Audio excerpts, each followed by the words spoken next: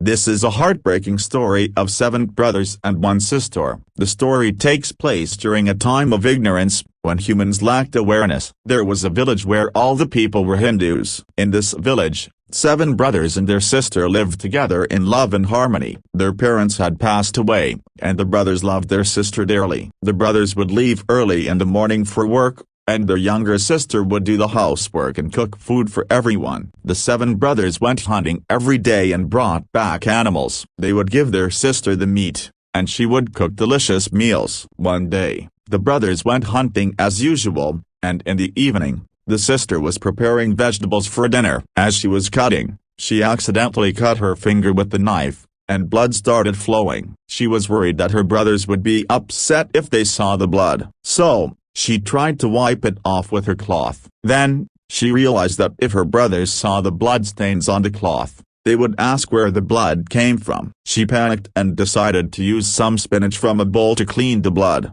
pressing her finger into it until the bleeding stopped. She continued cooking the vegetables without thinking much about it. When the brothers came home, they ate the food and praised her for the delicious meal. They had never tasted such food before and wondered what ingredient had made it so special. Curious, they asked their sister about it, but she denied adding anything different. The brothers insisted and swore that something was different, so she finally admitted the truth. 6 of the brothers were shocked and disturbed that their sister's blood had made the food so tasty. The thought then crossed their minds, if your blood could make the food so delicious, imagine the pleasure they could derive from doing something much more sinful. The brothers, consumed by their desires, devised a plan. They decided to take their sister to a secluded place and commit the unthinkable. The youngest brother, who was not part of this plot, felt uneasy but remained silent. The next day, the brothers led their sister to the place they had prepared. They told her that they had found a suitable groom for her and that they were taking her to his house. She was excited and dressed up in the clothes her mother had worn. As they walked,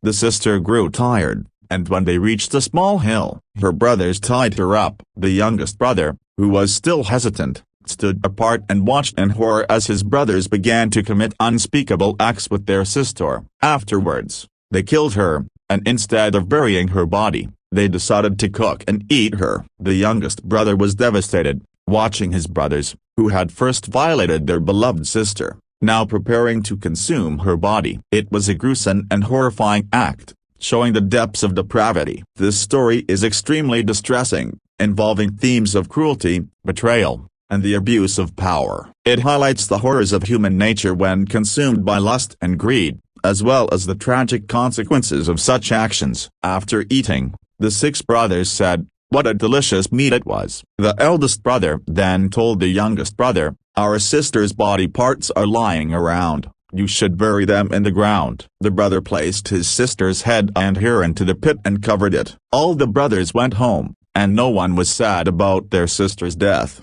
except for one brother, the 7th one. He had just buried his sister's flesh in the pit. But soon, a large plant grew in that spot, a meat plant, and in no time, it became a dense tree. No one could pass by that place. One day, a pious man was passing by and saw this strange tree with chunks of meat hanging from it. It was unlike any regular tree. He began reciting the name of Allah as something felt odd about the tree. He dug around the pit near the tree, and from it, a girl's hair emerged. Seeing this, he realized there was a deep secret behind it. The man sat under the tree and started praying. As he continued with his prayers, he began hearing someone crying. He understood that he needed to help. He spent 40 days and nights in spiritual devotion. Afterward, he stood up and made a flute from a bamboo tree. He changed his clothes into a beggar's attire and became a flutist. He played the flute in every village, and people, thinking him a beggar, would send him away.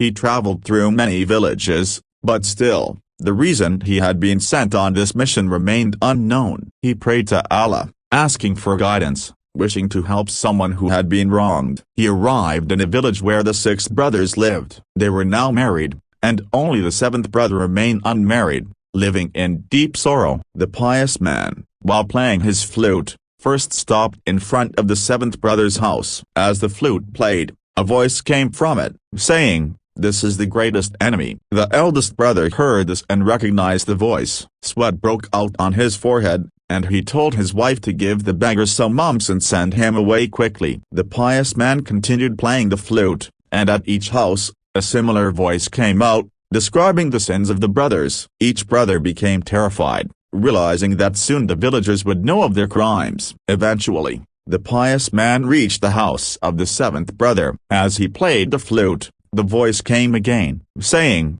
"This is my younger brother's house, the one who has hidden a deep secret in his heart and cannot forget that incident." The seventh brother, who had heard the voice, was not an enemy of the Muslims. He knew the beggar was Muslim. The pious man greeted him with respect. Before meeting the pious man, the seventh brother was anxious and said, "You seem to be Muslim. I have been hiding a secret in my heart for a long time, but I cannot share it with you." The pious man assured him, "If you want to accept Islam with a sincere heart, I can guide you to recite the Shahada right now. But you must follow the path of truth, never lie, and always fear Allah." The seventh brother agreed and promised to follow the righteous path. The pious man then guided him in reciting the Shahada, and he became a Muslim. That night, the pious man stayed with him, and during the night prayers, the seventh brother asked, "Where did you get this flute from?" The pious man then shared his story with him. The seventh brother said,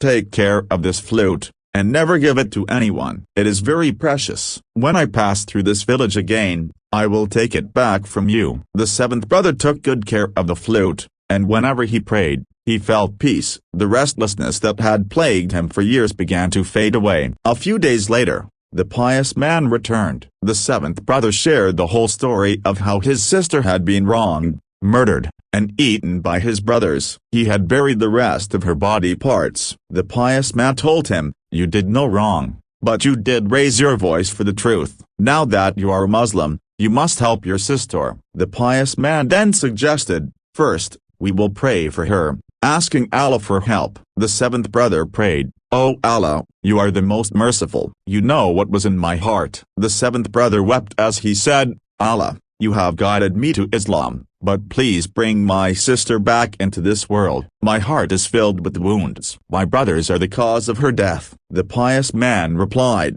"I am but a humble servant of Allah. Life and death are in Allah's hands. I cannot do anything. I have only been chosen for this mission." Hearing this, the seventh brother wept uncontrollably. The pious man said, "I will pray for you, that Allah grants you peace and punishes the killers of your sister." The pious man laughed, but Allah's justice was inevitable. The six brothers' lives became filled with misery as they began to receive the punishment for their sins in this world.